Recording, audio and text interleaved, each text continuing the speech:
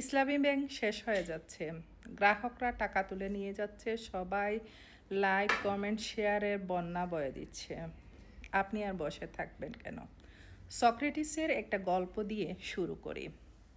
সক্রেটিসের কাছে একজন লোক এসে বললেন, আপনার বন্ধু এই কাজটি করেছে। সক্রেটিস তখন লোকটিকে বললেন, আচ্ছা, আপনি কি 3টি ছাঁকনি দিয়ে সেঁকে দেখেছেন?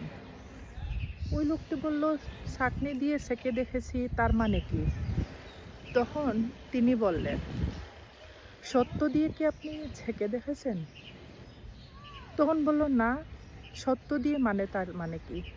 সত্য দিয়ে তার মানে হচ্ছে আপনি কি এই কথাটা সত্য বলতেছেন কিনা।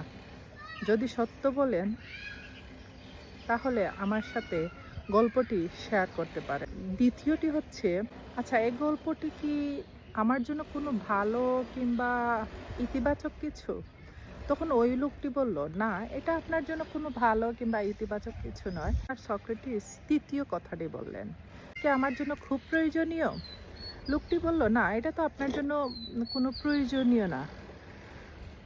তখন সক্রেটিস বললেন, তাহলে আমি আর শুনে লাভ কি, যেহেতু আমার প্রয়োজনেই আসবে না। তো আমরা সোশ্যাল মিডিয়ায় যা শুনি দেখি তা অবাধে শেয়ার করি।